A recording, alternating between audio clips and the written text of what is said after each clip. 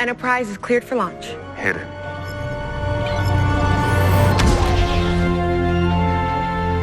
Hi, I'm Jez, I'm a film and TV director, and in this video I'm going to break down 5 reasons why Strange New Worlds is the best Star Trek in a generation.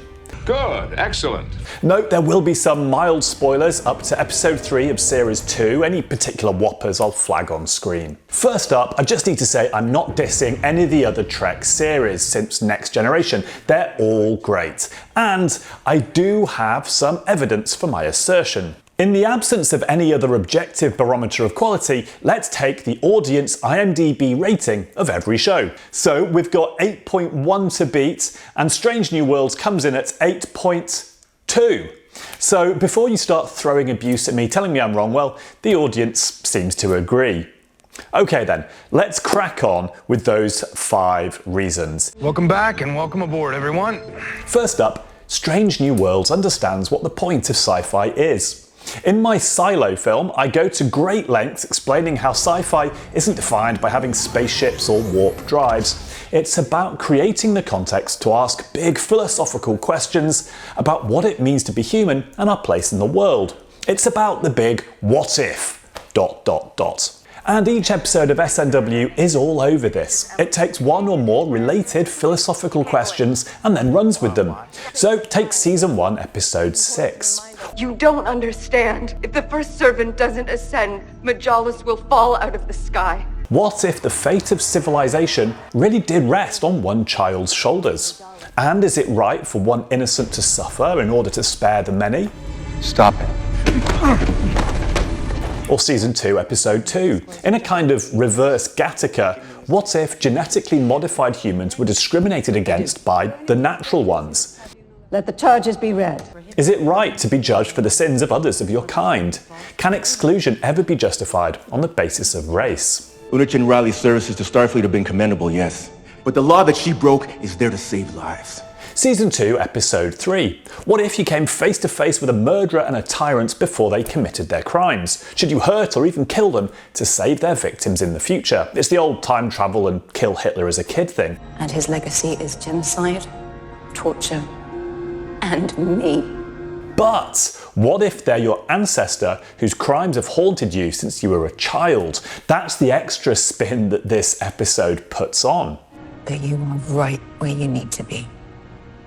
Star Trek is almost the perfect platform to explore these big philosophical questions, and SNW really does it with intent. Can you honestly say that no child suffers for the benefit of your Federation? It gives the show a reason for being. It's not just entertainment, it's to make us really think about the society and world we live in. This contrast is particularly stark with the parallel timeline Star Trek reboot movies, particularly Star Trek Beyond, where the studio, nervous about getting the budget back at the box office, basically turned the film into an action movie. You see the same thing in the third act of Into Darkness, where the studio, believing that all third acts of movies that make money have punching and explosions in them, turned Spock into a bare-knuckle boxer and made lots of stuff blow up. But while Strange New Worlds does occasionally lean into Ethan Peck's impressive physique, it doesn't forget what the whole point of Star Trek is. The big what ifs.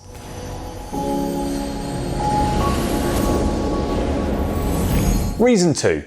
Strange New Worlds really leans into the primary belief system of Star Trek, that through cooperation and respect, the best of humanity will win out over our darker urges. Perhaps in the future, you will not be so quick to judge the faith of others.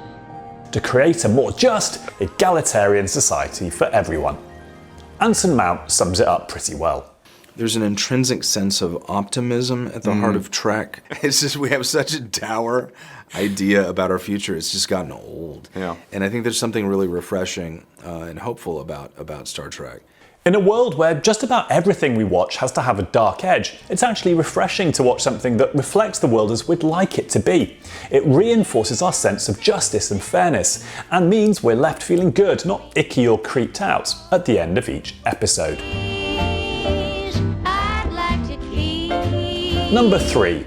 The very best Trek series create a sense of family, not just for the crew, but for us, watching and spending time with them.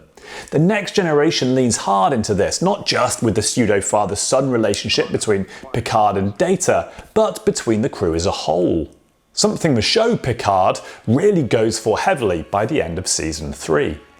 And if you watch an episode of TNG now, it's kind of like coming home. You can really feel the warmth. No doubt it's also a consequence of the genuine affection the cast had for each other. Welcome to the Enterprise. I'm Captain Picard.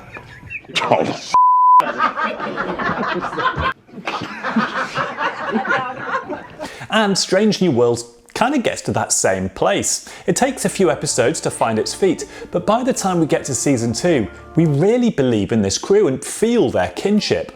How does the show actually achieve this? Well, the old adage of show don't tell. Family. Family. Family. Family. We're not Vin Diesel just saying family 145 times in the hope that'll make it true.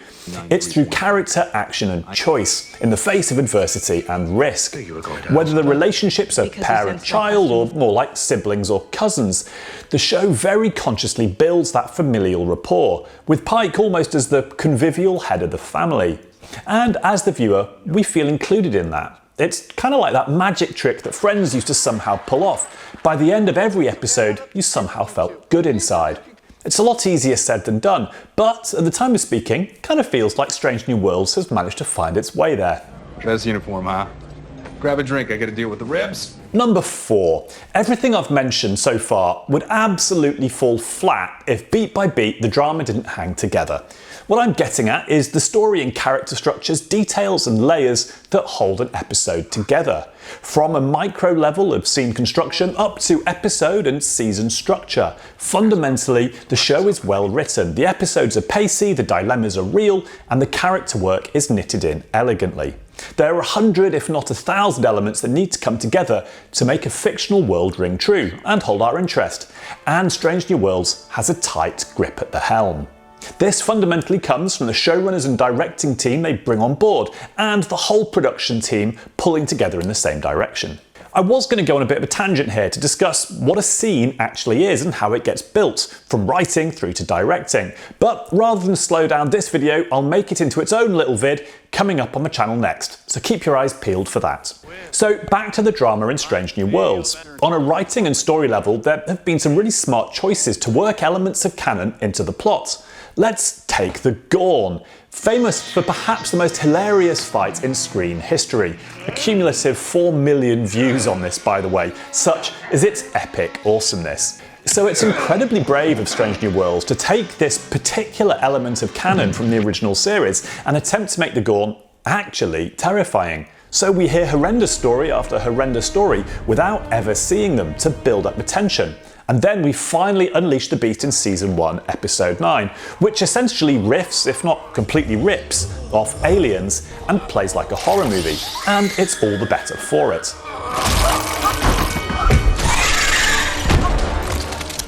So this point is really about the drama basics, if you like. Plot, pacing, dilemma, and tone. And they're all done extremely well. I do have one exception here, the first half of the Toronto time travel episode, which, despite the pitch for the episode being bang on, is, I dare say, a little bit all over the place. But describing how I would have done it differently is A, arrogant, B, uncool, and C, bordering on Dunning-Kruger, as you can't ever know the pressures facing the production team. I only mention this at all so you don't think all I can do is sycophancy. But I would like to work in the biz again, so for the moment I'll keep the rest of my thoughts on that episode to myself. Captain, I need to talk to you. Number 5. The W word. You know, that one that rhymes with poke.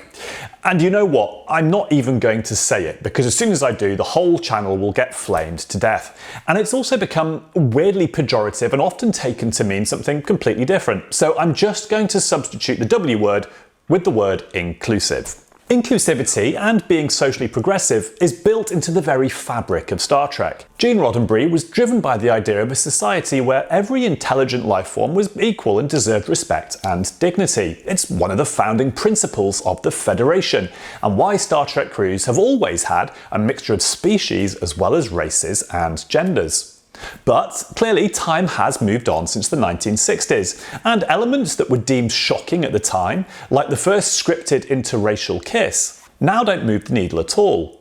But that doesn't mean that there isn't still work to do before our society regards every race, gender, sexuality and degree of able-bodiedness as equally deserving of rights and respect. And it's this subject that Ad Astra Per Aspera takes on, with the story of Una Chin Riley fighting against court-martial simply for being an Illyrian. We're seeking dishonorable dismissal and 20 years in a Federation penal colony. In this episode, Starfleet regards itself perhaps much like we do now, pleased with the progress it's made to make a fairer, more tolerant society. Pushed to its limits, genetic engineering is nothing short of playing God. And the writers hold a mirror up to these beliefs through the proxy of genetic modification. We endanger the very essence of natural evolution. Another show might have had a darker resolution to the episode, but Star Trek is about the best of humanity, and it ends with reflection and hope. A law is an ideal, a beacon to remind us how to be our better selves. Why am I saying that these messages of inclusivity, tolerance and equality are important and elevate Strange New Worlds up to the heady levels of top-class Trek? Well, first of all, it seems like you agree. Despite essentially playing as a courthouse drama with no major action or excitement, this episode has the second highest IMDb rating of any Strange New Worlds episode, only just behind the season 1 finale. A quote from Gene Roddenberry that if you're a keen Trekkie, you'll almost certainly know. Humanity will reach maturity and wisdom on the day that it begins not just to tolerate, but take a special delight in differences in ideas and differences in life forms. And this episode summed up the creator's intent perfectly. The point I'm making here isn't that Strange New Worlds deserves applause and credit simply for being inclusive, more that it actually does it well without feeling token. After we finished season 1, somebody had mentioned that the majority of our cast and crew of the Enterprise were female, and I looked around, I was like, oh, I hadn't even noticed. Yeah. We've actually had to figure out ways of continuing to push the boundaries of inclusion and how we look at ourselves as a species and as a culture. Much of the criticism that comes at other shows for trying to be inclusive is where they've made an effort to include a character of whatever minority it might be, but for whatever reason, the writing, casting or direction doesn't support that character and make them feel naturally part of this world.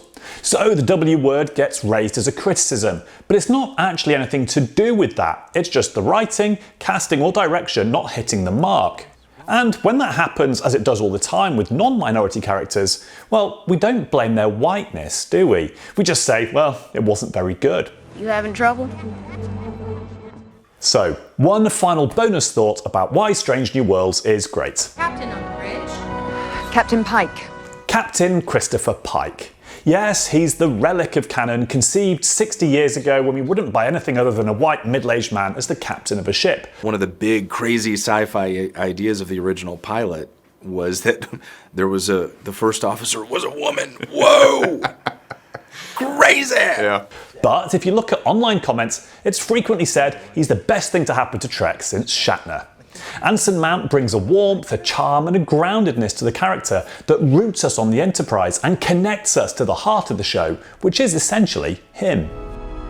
He's so utterly charming that I think a creative decision was made that whomever they cast as Kirk couldn't and shouldn't try to out-Shatner Shatner. 18th century American. Quite valuable. How much would you give me for them? Excuse me, weren't those a birthday present from Dr. McCoy? And there will be again, that's the beauty of it. So instead, they made this new version of Kirk a little sharper edged. We need to talk now. So there'd be clear air between the characters of Kirk and Pike.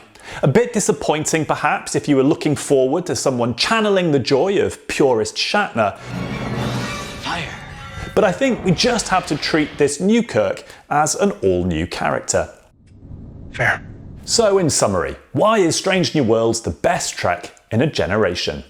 It knows what it is and what its job is, to reflect our society and show us what we should strive for and make us feel good about that destination.